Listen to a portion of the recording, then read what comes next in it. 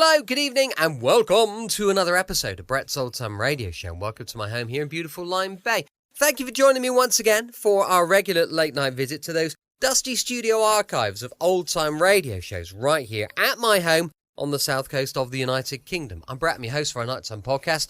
Welcome to another episode. It's all about classic cars in our house at the moment, so if you want to have a little look at our latest acquisition, then do please check out our social media, because honestly, it's worth a look. It's a bit of an old banger at the moment, but by the time it's had a few little jobs done, I know it's going to be absolutely top-notch. I've launched a supporter page as well, where you'll find some bits and pieces, so if you check that out, patreon.com/Brett's Old Time Radio Show. Now, with it being a Saturday, of course, it is time for another adventure with insurance investigator Johnny Dollar. This one was first broadcast on the 29th of July. I'm telling you a fib, 29th of June, 1950. It's called the Barbara James Matter. Wrigley's Spearmint Chewing Gum, the refreshing, delicious treat that gives you chewing enjoyment, presents for your listening enjoyment Edmund O'Brien as... Johnny Dollar. Frank Gaber at Monarch Life, Johnny. You free for about a week? What's the deal? The name is James, Mrs. Martin James. She disappeared May 25th. Her husband's a wealthy contractor in the Denver area. What's the policy price? $200,000. She better not be dead. According to the police, there's very little possibility that she's anything else.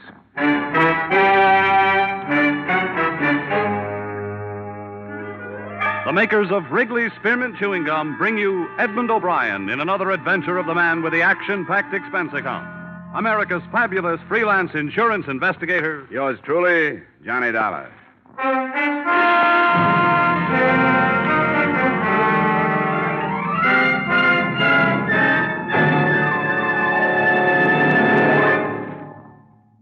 To make every day more enjoyable, treat yourself often to refreshing, delicious Wrigley's Spearmint Chewing Gum.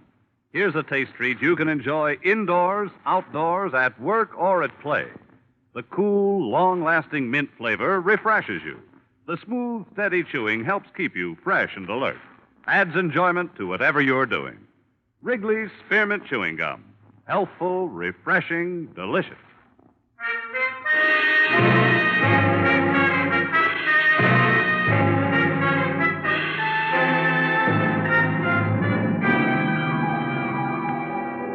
Expense account submitted by Special Investigator Johnny Dollar to the Monarch Life Insurance Company, Home Office, Hartford, Connecticut. Attention, Mr. Frank Gaber. The following is an accounting of my expenditures during investigation of the Barbara James matter.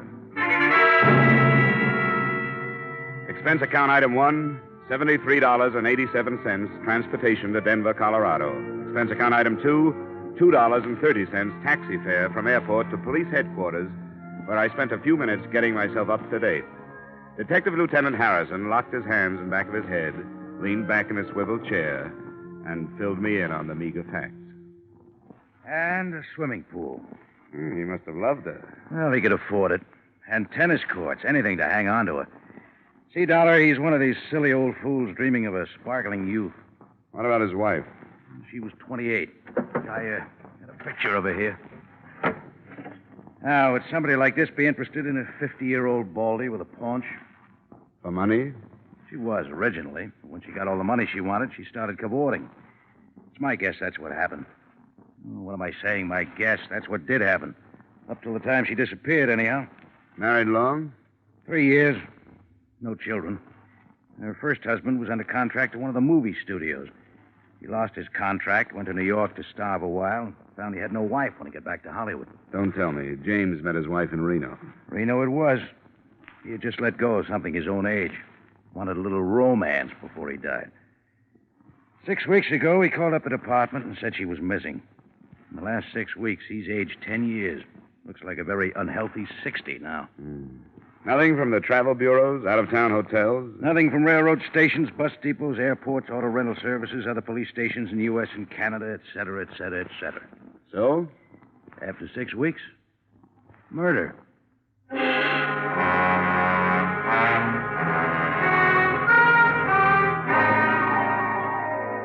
Expense account item 3, $1.50 taxi fare to the lush mansion of Mr. Martin James.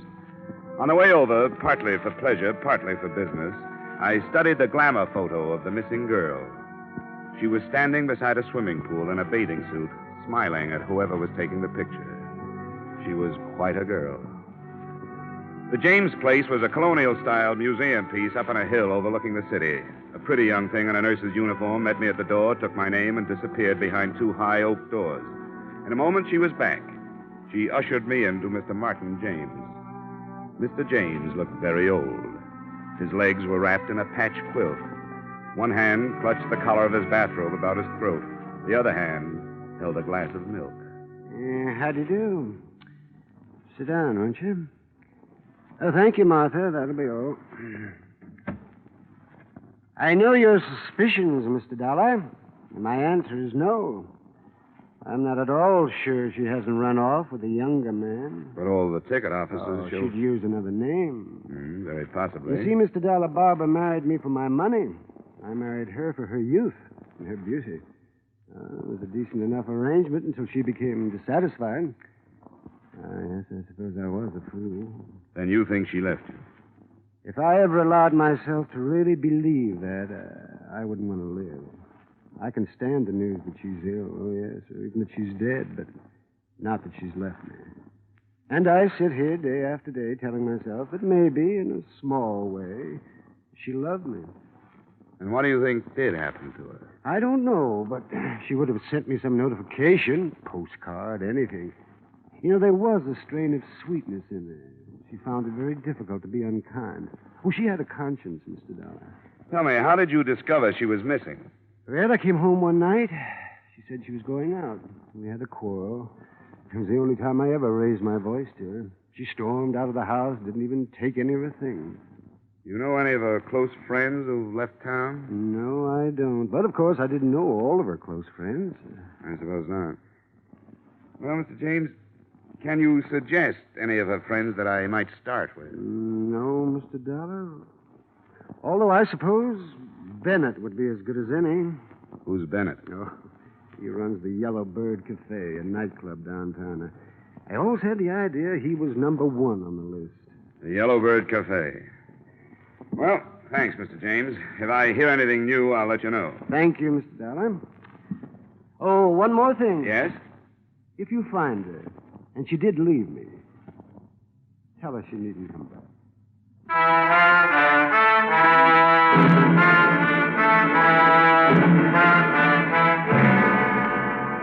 Expense account item 3, 90 cents taxi fare to the Yellow Bird Cafe, a blue-lighted night spot. In a minute or two, I was seated opposite a slick-haired leading man in a dinner jacket. From the size of the bills on his desk, I'd say his wallet was pretty well dressed, too. Don't look at him too long. They'll burn your eyes out. Must be awful to have to rake all that off the lawn every morning. Oh, I just wanted to impress you. That's a whole week's take. Denver isn't what I call a good club town. My place in Frisco does much better. The only town worse than Denver for club trade is Cleveland. Cleveland pulls in the gutters at 6 p.m. Well, I'll keep that in mind if I ever get the urge to open up a clip joint. I'm here about Barbara James. It's funny how that name keeps cropping up. I suppose it'll keep cropping up until somebody finds her. You have any ideas? Sure, lots of ideas. She could have crossed against the light, fallen into the Great Divide, thumbed her way to Hungary. You're a comedian. Oh, now, look, Dollar. I'll tell you what I told the lieutenant. I don't know anything about it, and if you insurance rubes had any brains, you'd check with the cops first before making fools out of yourself. You saw quite a bit of her. Saw, that's right, saw. That was a long time ago. Listen, guy, I got a book in my pocket with names of girls who make Barbara James look silly. Now, why should I take away an old man's child bride? That's not the way I heard it. All right, for laughs, sure, I used to take her out. She was lonely. She used to come in here and sit alone at a table. I had nothing else to do. We'd dance. I'd buy her a few drinks. That was it. She gave you the brush, Bennett. Oh, yeah, sure. You don't like to be given the brush. Anytime I can't hang on to a dame like Barbara. She gave you the brush and you didn't like it. All right! All right, Dollar, she gave me the brush. I took that girl and gave her a new life. She was stuck with that old guy up there on the hill. She poured out her heart to me. Told me how it was to live up there. Well, I listened to all that. Listened like I was interested. And she turned around and kicked me. Who'd you run off with? I should remember. Your cooperation would be appreciated. Oh, get out of here. I'm busy. Thanks. You've been a big help. I hope you find her. Dead.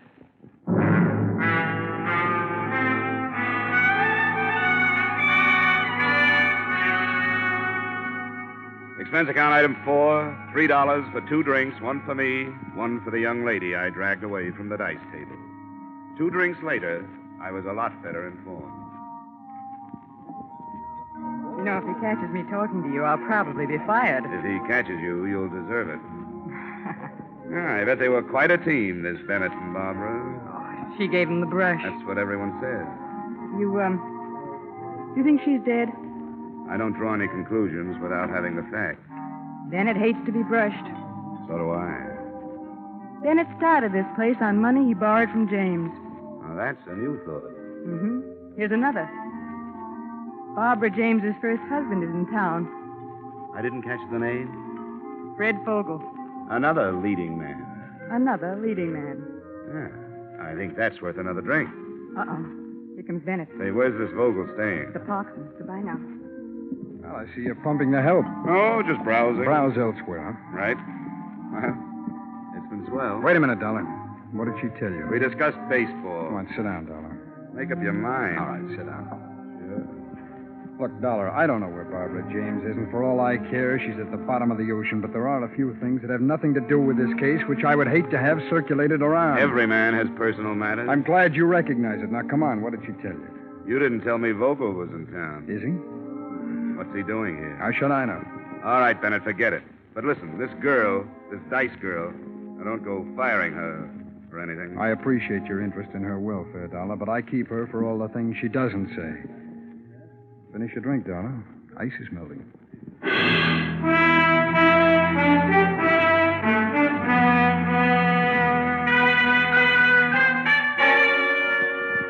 I walked to the Parkson and asked the desk clerk for Mr. Fred Vogel. He was out. I waited an hour. At 3 a.m., he came in, slightly tipsy. He got his key and went upstairs. I followed in the elevator. When I got out on his floor, he tossed me a curious glance, but that was all. When he'd closed his door and I was on his side of it, he was even more puzzled. You got the wrong room. Oh, yes, that's right. We got the wrong room. Now, do you mind... Are you Fred Vogel? Yes, how did you know? You were married to Barbara James? That's right. Well, come on, sit down. Let's have a talk. Now, look, I like to talk, but it's 1 o'clock. 3 o'clock. Well, you see, it's even later then. How about tomorrow? Well, I like to work at night. I'm with an insurance company. We're trying to locate your ex-wife. I haven't seen her in 3 years. No, 4. No, 3.5 years. And what are you doing in town? Just passing through from New York to Hollywood. I took the northern route. Beautiful.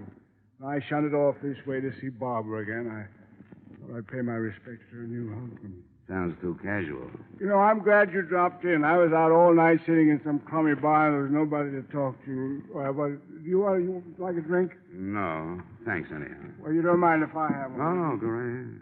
Yeah, when she left me, Mr. Oh, what? Anyhow, when she left me, I was destitute.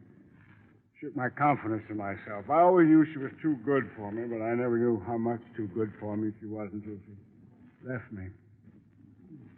Shouldn't have gone to New York. Why did you? Make money. Sure, make money. Why else would anybody be fool enough to go to New York? When I came back, she was gone. She'd gone with this guy, this James. Why did you come back, Fred? Had to see her again. 2 months I've been in town. I'm almost broke. First 2 weeks, I didn't have nerve enough to go up to her place, and then she disappeared. Now I can't go until I find out where she is. You've had a rough time. That's right. That's just what I need. I need somebody to sympathize with me. That's what I need. Oh, man, I wish you would have a drink with me. All right, Fred. I'll have a drink.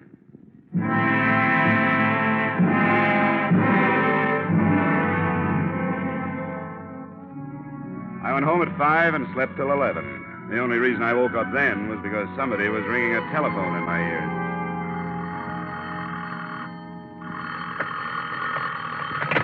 Yeah, hello. You sound like you're in the crest of a hangover. Who's this? Harrison, Who? I'm with the police department. Oh, sure. Yeah, what's up, Harrison? Did you know that Bennett was one of Barbara James' favorite people at one time? Yeah. Well, there's a girl named Dorothy, a dice girl. Yeah, very nice. Dice. D-I-C-E, dice girl. Oh, yeah, Dice Girl. We found her this morning on the highway. 4 bullets too late. To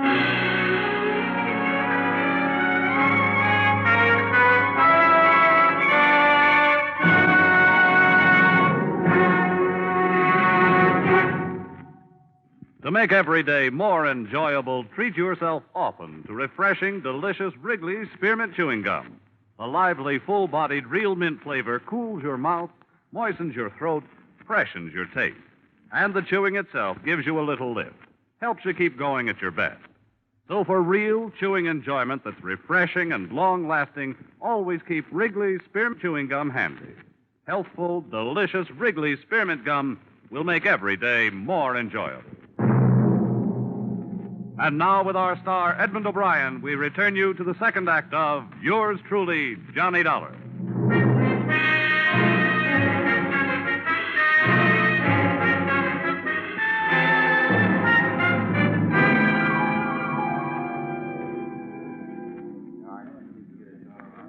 Well, this sure doesn't look like the apartment of a 26 girl. And this isn't installment furniture either, Lieutenant. Let's nose around in that closet, huh? What? Imported brocade. Yeah. My wife's been pestering me for something like this for 10 years. Now, how would a girl like Dorothy rate all this? For being lovely? Well, for being quiet. Possible. It's usually the former. Yeah, that's true. Wait a second. What are you doing? Looking at this label. Martin Rifling, Denver. Now lead me to the classified. Yeah, it's very cute, Dollar. I wish I'd have thought of that. Yeah, here's the yellow book. Thanks. Let's see. Dresses. Here we are. Now, Rifling. Right here. Martin Rifling, early 5687.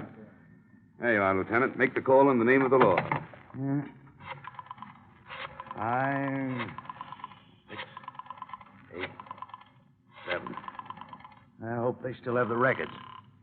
On the other hand, a customer like this, hello, say this is Lieutenant Harrison, Police Department. Have you got the records on a Miss Dorothy Weller? No, all right, sure. What's the deal?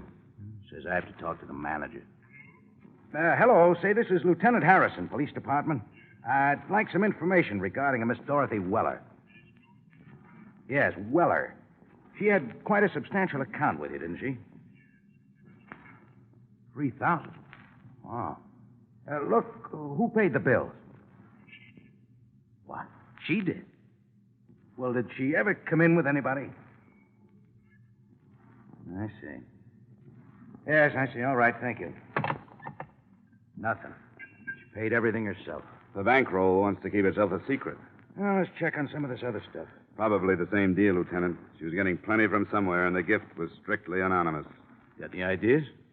Same one you got. I want to mess around here for a while. You go on over to Bennett's and check. I'll let you know if we're right, Lieutenant. And look, why don't you take some of that imported brocade back to your wife? Huh? Don't be silly.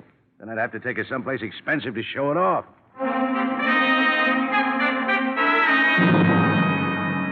Expense account item 5, $1.30 taxi fare to the Yellowbird Cafe. It was 2 in the afternoon, and the place was quiet as a mausoleum.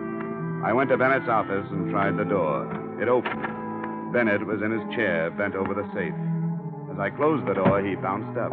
Dollar. What do you want? A little information. We came across some bills at a dress shop. Yeah? Yeah, $3,000. Guess whose name was on them. I don't even know what you're talking Miss about. Dorothy Weller, that's who I'm talking about. $3,000. Well, she must have come into some money. And now she's dead, and you were the rich uncle. I wouldn't spread those kind of rumors, Dollar. You killed her, Bennett. You killed her because she was bleeding you to death. Prove it. I can, by your bank account. She was your favorite charity. Get out of here. How does it tie in with Barbara James, Bennett? Get out, I said. You don't really want me to get out of here. If I did, I'd go right to the police, and you'd be arrested on suspicion of murder. Now, come on. I want tails. All right. All right, Dollar. Barbara James never gave me the brush. And how did Dorothy Weller fit in? I sent her with a message to Barbara the night that we were going away. I sent her up there to tell her where to meet me. The night Barbara was killed? Yeah, that's right, the night she was killed. What happened up there? I don't know. Come on, Bennett. I tell you, I don't know. She wouldn't tell me. You paid her enough. Well, not to give me information, to keep things to herself. If anybody ever found out that Barbara and I were going to run away together... So I spread the tale that she'd given me the brush months before. You could be lying, Bennett. Could be, but I'm not. If you're not, it smells of double blackmail. What do you mean? Come on, you're not that stupid. Obviously, Dorothy was playing both ends against the murder. You were supplying cash to keep your name out of the Barbara James guest book. And somebody else was paying her to keep quiet about what happened that night. Who would that be? James? You hit it right on the head, Bennett.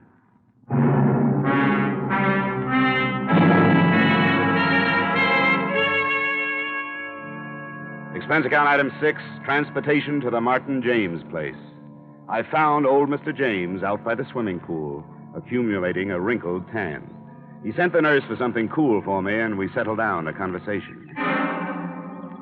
Are you calling me a liar? All I know is something drastic happened the night Barbara James disappeared. Now, look, I don't prosecute anybody. I'm just an insurance man. My job is to find your wife, that's all. Well, I've told you the truth. I'm afraid not, Mr. James. Because it happened something like this. You came home. Barbara was packing. She was there with another girl, a girl named Dorothy Weller. She told you she was running away with Bennett. You had a quarrel. Oh, it's the most You've been ridiculous paying thing. Dorothy Weller plenty to keep that quarrel to herself. Why, that's sheer invention. Investigation, Mr. James. Now, exactly what happened that Oh, night? everything happened exactly as I told it to you. Bennett tells a different story. Then it'll have to be Bennett's word against mine. It'll be more than that, Mr. James. Dorothy Weller is dead. Huh? Yes. I see. Now, what happened that night? So we quarreled. Barbara said she was going away with Bennett. I didn't want her to go. She left anyhow. I paid Dorothy Weller a good deal of money, not to mention the quarrel, to the police. What happened to your wife, Mr. James? I don't know. She didn't run away with Bennett. What happened to her, Mr. James? I don't know. You killed her, didn't you? No, You told her no. you'd kill her before you'd let her go. And she tried to go and you shot her. Oh, no, that's a lie. Well, Mr. James, it's only a matter of time. Don't admit anything now. You don't have to. The only witness is dead. But we'll find the body. Oh, thanks for the drink.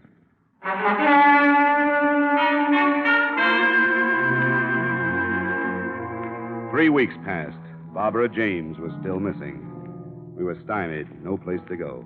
We searched every inch of the grounds on the James estate. We found nothing. The garbage disposal, nothing. The incinerator, nothing. Yet neither of us doubted that James had killed his wife. Sometimes he'd follow us around, his hands behind his back, a little smile on his face. I got to hate James. It was like losing at canasta night after night to the same guy. One day I was standing in the patio looking down into the blue water of the pool when somebody tapped me on the shoulder. Mind if we clean it? Huh? The pool. Oh, well, you better ask Mr. James. Oh, I thought you was going to use it or something. No. Well, we service the pool every 2 weeks. Unless somebody's using it, we go right to work, you know. Well, go right to work then. Yeah, sure thing. We built this pool, you know. Oh, really? Yeah, I've been building pools in and around Denver for 25 years. My father was in business before that. This here's a beautiful job we did. We take real pride in this here pool. Yeah, it's a nice pool, all right. Oh, we got some beauties all around, but this here's our pride and joy. Solid gunite all the way through. Steel reinforcements, Lutweiler pump and motor, best equipment you can buy. This thing set old Mr. James back a plenty, but you get what you pay for. Nobody builds a better pool than us for the money. Oh, that's all. Oh, sure, and we take our time. We routine the work so as you get the pool as soon as possible, but that gunite, you know, it has to set at least 28 days. Then the plaster. I wouldn't fill it until all that had a chance to settle, but Mr. James got awful impatient. Wanted the pool filled 10 days after we gun-nighted. I told him, I said, Mr. James, you don't build a pool like this every day. He said, I know that. And I said, Mr. James, you want this pool right, and I'm going to make it right for you. A few more weeks ain't worth getting impatient about. Ah, impatient, was he? Oh, my, you should have heard him. But we stood our ground, you know. Oh, goodness, I wouldn't ruin a $10,000 pool for the sake of 2 weeks. Hey, what's gunite? Well, I'll tell you. Gunite's a fine cement. We blow it out of a gun at 60 pounds pressure. See, poured cement ain't as good for a pool. But when you blow the cement into that steel reinforcement we lay down, that really gets in there and sticks. Practically all swimming pools are made of gunite now. When did you start the pool, Mr. Dolph. Daniel T. Dolph. Oh, we started about, May 23rd. We excavated then. Then we laid the steel the 26th. Then we So the started night of the putting 25th of May, there was nothing but a hole here. Oh, no, nothing but a big hole. We got the gardener to water down so as he wouldn't cave in. Mr. Dolph, I'd like you to do something for me. Oh, sure thing. Drain the pool, will you? Drain it?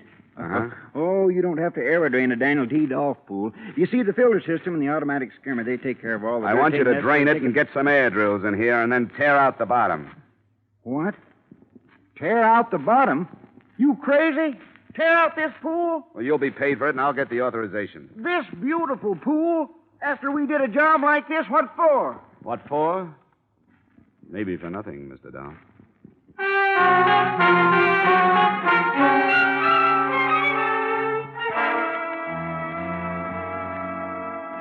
You dig up the pool? That's right, Mr. James. Oh, that's the most outrageous suggestion. I've got a police order. Well, then you and the police department and the company you work for better be prepared to pay the consequences, Mr. Dollar. I'll admit this is a pretty expensive hunch, but it's all right. I work for pretty expensive people.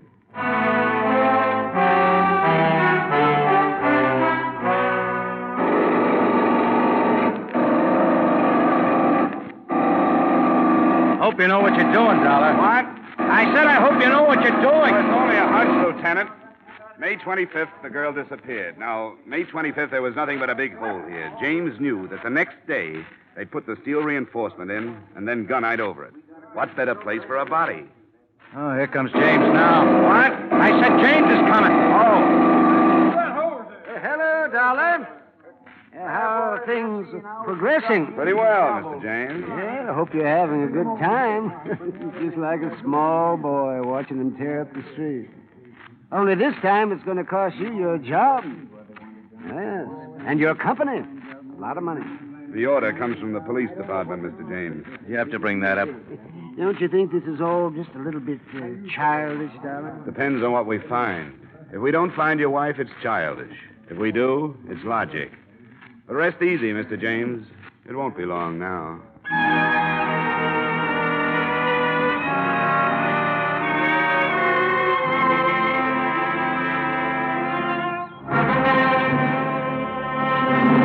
Dollar. Yeah, Dolph?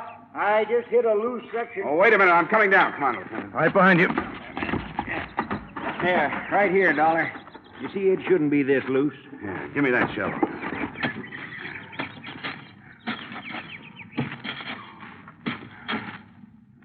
Look, Johnny. Yeah. Great place for it. What is it, Dollar? Dollar, what is it? It's a grave, Dolph. What? We better get after James. Hey, he's gone. Let's get up there. There he goes, Lieutenant. Hey, he's up on the porch. Come on, let's go. Stop! As you see, I have a gun. You don't want to add two more to your score, James. And why not? Dorothy and Barbara, and now you. Not this time. No, you Dollar, don't. Let it go, James. No, you're a... Oh, nice work, Dollar. You all right? Just fine. But Mr. James isn't going to need a new swimming pool.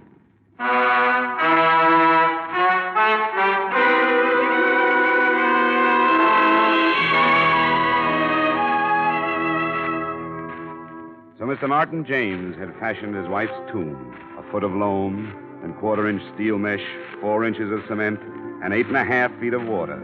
A good tomb made to last a lifetime. But unfortunately, it wasn't quite deep enough.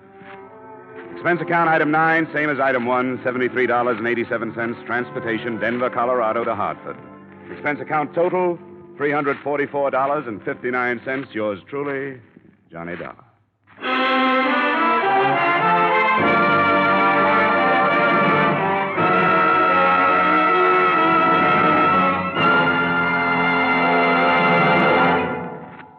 Remember, friends, to make every day more enjoyable, treat yourself often to refreshing, delicious Wrigley Spearmint Chewing Gum.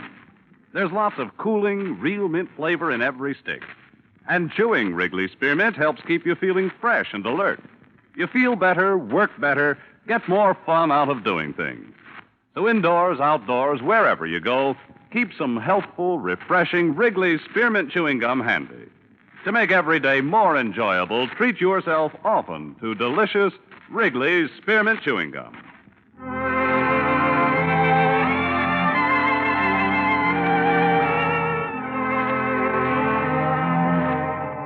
Yours truly, Johnny Dollar, brought to you by Wrigley's Spearmint Gum, stars Edmund O'Brien in the title role, and is written by Gil Dowd and David Ellis with music composed and conducted by Leith Stevens.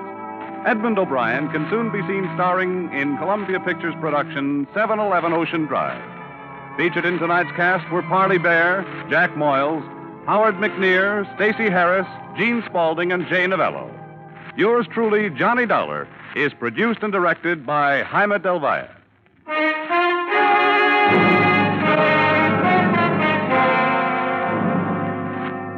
The makers of Wrigley's Spearmint Chewing Gum hope you've enjoyed tonight's story of Johnny Dollar and that you're enjoying delicious Wrigley's Spearmint Chewing Gum every day. We invite you to join us again next week at this same time when, from Hollywood, Edmund O'Brien returns in another adventure of... Yours truly, Johnny Dollar.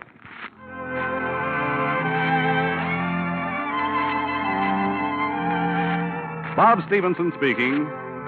This is CBS, the Columbia Broadcasting System. Welcome back. Hope you enjoyed our latest adventure with yours truly, Johnny Dollar. And don't forget, we'll be back with The Saint tomorrow, going live at 5 p.m. GMT. As I mentioned earlier, we've got a supporter page, patreon.com/Brett's Old Time Radio Show. And do please check out our social media. We've got Instagram, we've got TikTok, we've got YouTube, and we've got Facebook. Do please check them out if you get a minute. We've been loading loads of bits and pieces up. And some of them will give you a little bit of a giggle, I'm sure.